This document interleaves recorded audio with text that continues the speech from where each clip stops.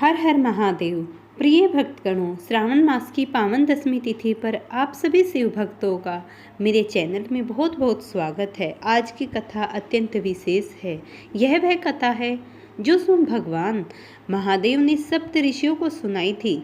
सप्त ऋषि वशिष्ठ, विश्वामित्र, अत्रि, जमदग्नि, गौतम, भारद्वाज और कश्यप ऋषि थे जिन्होंने धर्मयोग, साधना और तप का मार्ग पृथ्वी पर फैलाया। जब यह संपूर्ण ब्रह्मांड असुरों की छाया से डगमगा रहा था, तब भगवान शिव ने इन सातों ऋषियों को कैलाश पर बुलाया और इन्हें यह दिव्य उपदेश दिया। इन समस्त ऋषियों को महादेव ने कैलाश पर बुलाकर कहा, हे महर्षियों, संसार में जब भी धर्म की हानि होती है तब ब्रह्मा, विष्णु और स्वयं मैं जन्म लेता हूँ, परंतु एक मार्ग ऐसा भी है जो हर युग में सुलभ है। श्रावण मास में उपवास, ध्यान और कथा श्रवण। यह मास मेरा सर्वाधिक प्रिय है और इसकी कथा तिथि पर एक रहस्य छुपा है। दशमी तिथि का एक विशेष महत्व है क्योंकि इस दिन तप, ब्रह्मचर्य और संयम का फल 1000 गुना अधिक हो जाता है। तुम सप्तऋषियों ने जो युगों का तप किया, वह तप आज के युगों में मेरे भक्त केवल एक दिन के इस व्रत और कथा से पा सकते हैं। जो दशमी के दिन प्रातःकाल स्नान करके सफ़ेद वस्त्र पहनकर बेलपत्र, गंगाजल और अक्षत से मेरा पूजन करता है, उसके सब पाप नष्ट हो जाते हैं। और जो मेरी यह दशमी तिथि की कथा श्रद्धा से सुनता है, वह सातों जन्मों के कष्ट से मुक्त हो जाता है। एक बार एक ब्राह्मण स्त्री ने इस व्रत को किया। वह निर्धन थी, परंतु श्रद्धा से भरी हुई। दशमी को उसने जल उपवास किया और मेरी यह कथा सुनी। अगले जन्म में वह एक राजा की रानी बनी और उनका राज्य सुख शांति से भर गया। इस कथा में, हे सप्तऋषियों, तुम इस व्रत का प्रचार करो जिससे कलयुग के लोग भी पुण्य और मोक्ष प्राप्त कर सकें। सप्त ऋषियों ने शिव की वाणी को सर झुकाकर सुना और व्रत को जन जन तक पहुंचाने का वचन दिया। तभी से यह श्रावण दशमी का दिन सप्त ऋषि पूजन और महादेव कथा श्रवण के लिए प्रसिद्ध हो गया।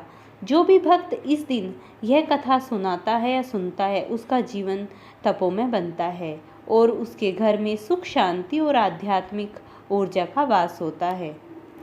भगवान भोलेनाथ की कृपा से उसके जीवन में सुख, शांति, संतुलन और सिद्धि का आगमन होता है। अब आप आगे कथा का श्रवण कीजिए। भगवान शिव बोले, हे सनत कुमार, मासों में कार्तिक मास श्रेष्ठ है, उनमें भी श्रेष्ठ माघ कहा गया है। उस माघ से भी श्रेष्ठ है बैसाख और उसमें से भी श्रेष्ठ है जो है श्रीहरि को अत्यंत प्रिय है। विश्व स्वरूप भगवान से उत्पन्न होने से ये चारों मास मुझे प्रिय हैं, किंतु 12 मासों में श्रावण तो साक्षात शिव का रूप है। हे सनत कुमार, श्रावण मास में सभी तिथियां व्रत युक्त हैं, फिर भी उनमें प्रधान रूप से कुछ उत्तम तिथियों को आपको मैं बता रहा हूँ। सर्वप्रथम तिथि तथा वार में मिश्रित व्रत आपको बताता हूँ। श्रावण मास में जब प्रतिपदा तिथि को सोमवार हो तो उसे महीने में 5वां सोमवार पड़ता है। उसे श्रावण मास में मनुष्यों को रोटक नामक व्रत करना चाहिए। यह रोटक नामक व्रत 3.5 महीने का भी होता है। यह लक्ष्मी की वृद्धि करने वाला तथा सभी मनोरथों की सिद्धि करने वाला है। आज मैं आरंभ करके रोटक व्रत कहूंगा। हे सर्वश्रेष्ठ, हे जगद्वारे, मुझ पर कृपा करिए।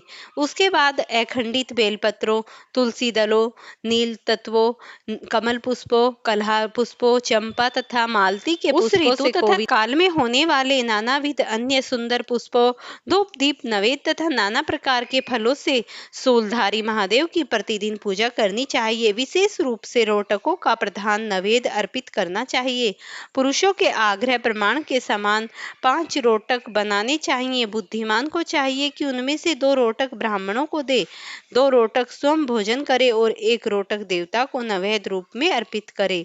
बुद्धिमान को चाहिए कि शेष पूजा करने के अनंतर अर्घ्य प्रदान करे। केला, नारियल, जम्बीली नींबू बीज पूरक, खजूर के ककड़ी, दाख, नारंगी, बिजोरा, नींबू, अखरोट, अनार तथा अन्य जो भी ऋतु में होने वाले फल हैं, वो सब अंतर्दान में प्रशस्त हैं। उस अंत्यदान का फल सुनिए। सातों समुद्र सहित पृथ्वी का दान करके मनुष्य जो फल प्राप्त करता है, वही फल विधान पूर्वक इस व्रत को करके पा जाता है।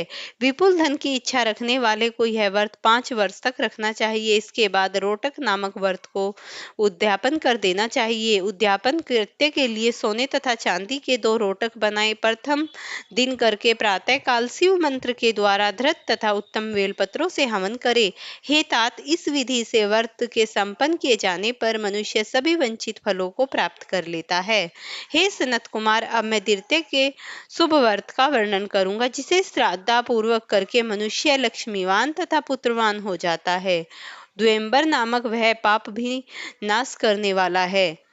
शुभ सावन का महीना आने पर द्वितीय तिथि को प्रातः काल संकल्प करके बुद्धिमान को विधि पूर्वक व्रत करना चाहिए। इस व्रत को करने वाला स्त्री हो या पुरुष, वह सभी संपदाओं का पात्र हो जाता है। इस व्रत को प्रत्यक्ष गुलक के वृक्ष की पूजा करनी चाहिए, किंतु गुलर वृक्ष न मिलने पर दीवार पर वृक्ष का आकार बनाकर इन 4 नामों से उसकी पूजा करनी चाहिए। हे दुम्बीदर, मैं आपको नमस्कार करता हूँ। हे हेम पुष्पक, आपको नमस्कार है। जंतु सहित फल से युक्त तथा रक्त आरण्य तुल्य फल वाले, आपको नमस्कार है। इसके आदि देवता शिव तथा शुक्र की भी पूजा गुलक के वृक्ष में करनी चाहिए। इसके 33 फल लेकर 3 बराबर भागों में बांट लेने चाहिए। इनमें से 11 फल ब्राह्मण को प्रदान करे, 11 फल देवता को अर्पण करे और 11 फलों का स्वयं भोजन करे। उस दिन अन्न का आहार नहीं करना चाहिए। शिव तथा शुक्र का विधिवत पूजन करके रात में जागरण करना चाहिए। हे तात, इस प्रकार 11 वर्ष तक व्रत का अनुष्ठान करके बाद में व्रत की संपूर्णता के लिए उद्यापन करना चाहिए। सर्वमन्य फल पुष्प तथा पात्र सहित एक गुलक का वृक्ष बनाए और उसमें शिव तथा शुक्र की प्रतिमा का पूजन करे। इसके बाद प्रातः काल होम करे।